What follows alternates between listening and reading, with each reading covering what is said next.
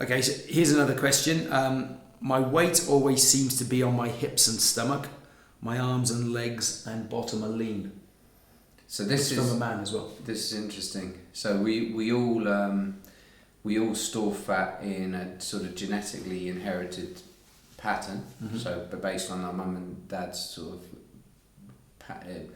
bits and bobs which are fatter or thinner, we store fats as humans in a set manner as well. So we tend to store it centrally around the centre of gravity, so we can still run. So if you got fat just around your calves and your forearms, you'd find it really, really difficult to run very fast from saber-toothed tigers and the like. So it's a survival sort of component to that fat storage.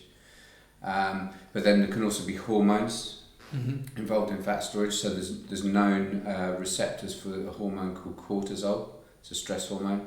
So there's receptors for cortisol in the stomach region, centrally. So basically, if you have high levels of cortisol combined with high levels of calories, then what you can do is store more fat around that. So that might be like the businessman with the big belly, stressed out businessman. Potentially, yeah. That would partly be driven in that direction if stress was an issue for them. The big belly can also be to do with visceral fat, so the fat that you store underneath the abdominal wall, around the internal organs. You can measure that with bioimpedance scales, and that's a fat you really want to not have too much of. What can you do about it? Well, obviously losing fat all over, you will gradually lose fat in those areas too.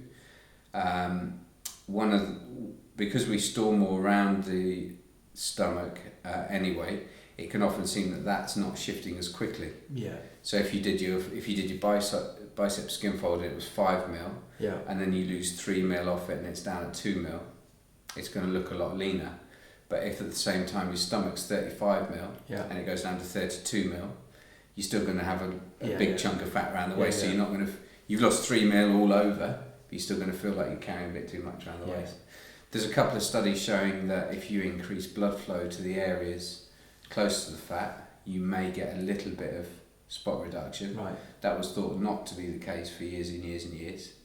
And I'm also a fan of working that particular area. So if you've got a fat arse, then you should be doing loads of glute work, squat work, lunges.